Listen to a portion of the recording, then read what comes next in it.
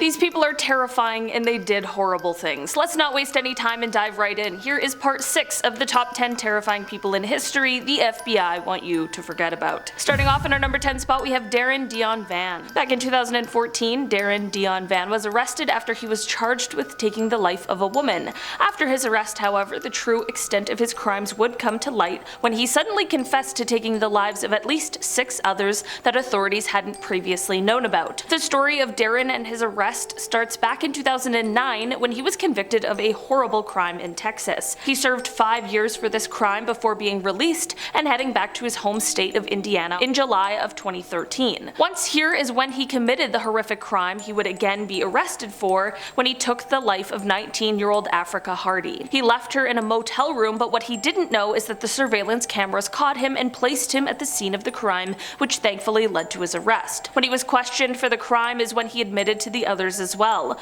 Of course, investigators were a little skeptical of these claims, but Darren actually went out and was able to lead investigators to the bodies that he had left in abandoned buildings around Gary, Indiana. He of course was charged with all of the crimes, and while he could have received a death sentence, he instead received 7 concurrent life sentences, of course without parole. In our number 9 spot today we have Salvatore Perrone, also referred to as the son of Sal. This American serial killer terrorized the streets of Brooklyn for months back in 2012. People were terrified as there was some sort of unidentified killer who was taking the lives of shopkeepers. Basically, this monster was specifically targeting shopkeepers who were of Middle Eastern descent. He would go into the store around closing time when they were alone, and he would use the same sawed-off weapon in each attack. In the end, after his months of terror, Salvatore took the lives of Isaac Kader, who was 59, Mohammed Gabelli, who was 65, and Ramatal Vidapur, who was 78. After someone was thankfully able to identify Salvatore based off of a photo that authorities were circulating, they were able to obtain a warrant to search his girlfriend's home. Here, they found a duffel bag that he actually had with him in the photo that was used to identify him,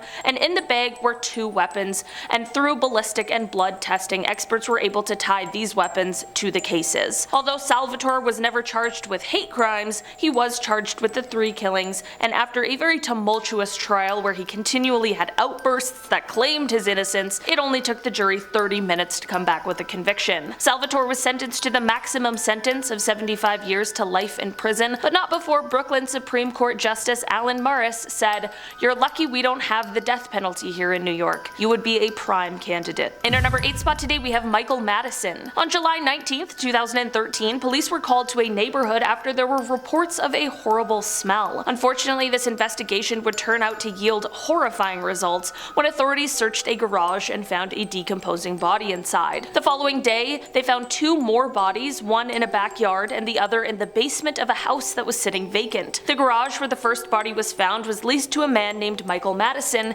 and because of this gruesome discovery, police got a warrant and entered his apartment, where it is said that they found, quote, further evidence of decomposition. Of course, authorities quickly took Michael into custody, not without a brief standoff, and they also worked to identify the victims. They found out that they had been Shatisha Sheely, she was 28 years old and had been missing since September of 2012, Angela Deskins, she was 38 and was a resident of Cleveland who was reported missing in June 2013, and finally Sherelda Helen Terry, who was just 18 and was last seen on July 10th, 2013, leaving a Cleveland elementary school where she had a summer job. On July 22nd, 2013, Michael was charged with the crimes, and he had his bail set at $6 million, and he waived his right to a preliminary hearing. Michael did confess to his crimes, but let's not confuse that for remorse or apologies. When he appeared in court, he taunted and smiled at the families of the victims. In fact, it was so bad that one of the victims' fathers, Vann Terry, attacked this monster from the witness stand. In the video, which did go viral, Vann said, "I guess we're supposed to find it in our hearts to forgive this clown," after which he appears to have had enough of the smug attitude of this horrifying person, and he just snapped and flew across the courtroom. A move that not a single person could possibly blame him for. In the end, Michael was sentenced to death for his horrific crimes. In our number 7 spot today we have Lonnie David Franklin Jr. Known as the Grim Sleeper, this serial is believed to have taken the lives of at least 25 women, if not dozens to hundreds more, between the years of 1985 to 2007. He got his nickname from the fact that he took a break from his crimes between 1988 and 2002. There are a lot of details about these crimes and his history that really is too dark for me to talk about here on YouTube, but what I can tell you is the way that this monster got caught. While these killings were stumping detectives for decades, when the LAPD started their cold case unit, it was discovered that the killer of 7 women in the 80s was able to be connected through ballistics and DNA to deaths in 2002, 2003, and 2007. This was a really important break in the case, but while they had the DNA, there was no match in CODIS, which is the national DNA database. Finally, however, when 2010 rolled around, Lonnie was caught because his son was arrested for a completely unrelated crime, and because of this, he had to give a DNA swab. This swab, through familial DNA testing, finally was the missing puzzle piece, and it showed that this son was related to the killer that they were looking for. This is when detectives followed Lonnie into a pizza place. As he finished up his meal, a detective who was posing as a busboy came and collected some items like a fork, plastic cups, a plate, and a pizza slice. A few days later, DNA from these items came back as a match to the DNA found on one of the victims, and they were finally able to arrest and charge Lonnie. On August 10th, 2016, the Los Angeles Superior Court sentenced him to death for each of the 10 victims named in the verdict, and on March 28th, 2020, Lonnie was found passed away in his cell at San Quentin State Prison. The cause of death has never officially been released. In our number 6 spot today, we have Ahmad Suradji. This is the name of an Indonesian serial killer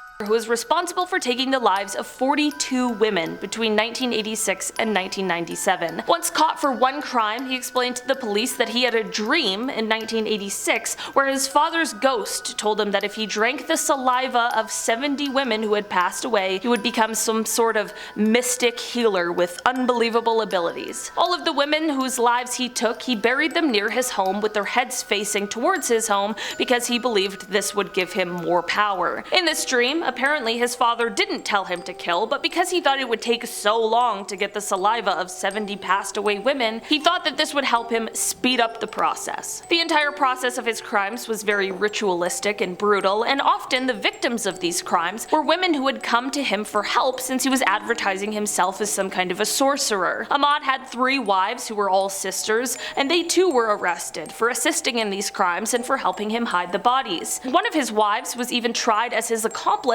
and was sentenced to death before her sentence was commuted to life in prison. For Ahmad, on the other hand, he too was sentenced to death by the firing squad, but this time it was carried out on July 10th, 2008. In our number 5 spot today, we have Leonarda Cianciulli. Also known as the soap maker of Correggio, Leonarda was an Italian serial killer who lived from 1893 until 1970. Basically, in her youth, Leonarda visited a fortune teller who told her that she was going to have many children, but that they would all pass away before she did. It's very Game of Thrones, and Leonarda definitely decided to take the Lannister way. Leonarda took the lives of 3 separate people and turned them into soap and tea cakes using caustic soda. Leonarda's son went to join the Italian army in preparation for World War II, and during this time, she figured the only way to protect him was by doing human sacrifices. One of the worst parts of these crimes, aside from, the crime itself, is that she fed these tea cakes that she had made to people who would come to visit, along with eating them herself and feeding them to her son. Authorities caught on to her crimes when one of her victims' family members began to get suspicious about the disappearance. In the end, Leonarda was arrested and charged and ended up being sentenced to 30 years in prison and 3 years in a criminal asylum. In our number 4 spot today, we have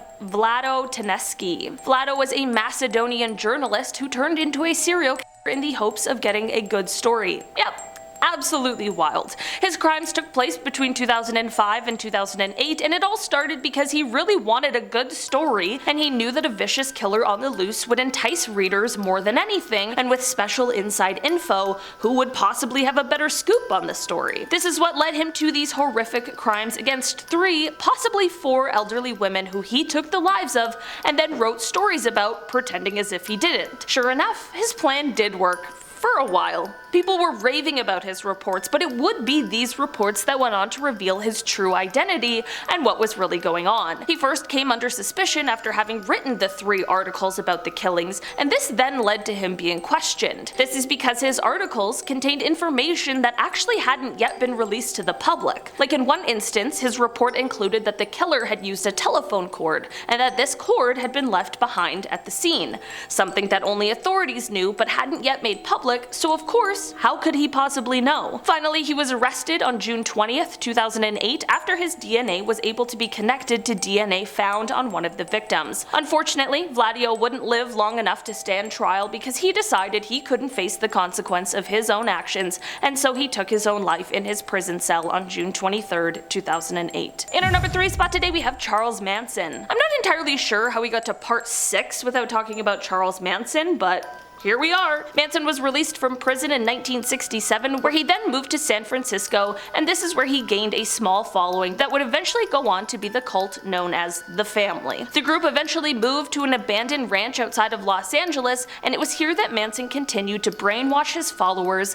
and manipulate them with his own religious philosophies. Manson claimed that there would be an upcoming race war in which white people would all be killed, which was intended to instill fear in his followers. This was so that he could ignite a race war and send his followers on a killing spree, which ended up being the night of the horrible Tate and LaBianca killings. This led to a reign of terror in the Los Angeles area for several months because people just couldn't understand how or why this happened. In our number 2 spot today we have Peter Tobin. Peter Tobin is a serial killer who was convicted for 3 separate crimes, but it is believed his crimes may actually be up in the range of 40 to 50. Before being convicted of these crimes, Peter also served another 10 years in prison for other crimes committed, and he was released from prison for these crimes in 2004. 3 years later, however, he was sentenced to life with a minimum of 21 years for taking the life of Angelica Kluk in 2006. After this, remains of 2 more people who went missing in 1991 were found in his former home, and he was also tried for these crimes, which ended up solidifying his sentence to a whole life order, which means he will never be up for parole. There are some believe Tobin is responsible for more unsolved crimes, and he has been labeled a psychopath by a senior psychologist. Apparently, while in prison, he has boasted about taking the lives of 48 people, despite the fact that he's only officially been linked to 3. And finally, in our number 1 spot today, we have Sam Little. Sam Little is well known for being one of the worst serial killers ever. He has confessed to taking the lives of more than 90 people, and while authorities have only been able to definitively connect him to 30, they say that they have no reason to doubt the validity of any of his other confessions. Sam was able to continue on this horrible path for so many years because of the fact that he committed these crimes in different states and different counties, which made it more difficult to connect his crimes to one another. In an interview with an investigator named Sergeant LeBlanc, as they discussed religious beliefs, they spoke about the nature of sin. Sam stated that he had no fear of God and said that God made him this way, so why should he ask for forgiveness? He said that God knew everything that he did, and he also allegedly told a few select people that he believed that he was the devil. Alright guys, that has been our list for today. Thanks so much for checking it out. I've been your host today, Olivia Kozlowski, and I will see you again soon. Bye!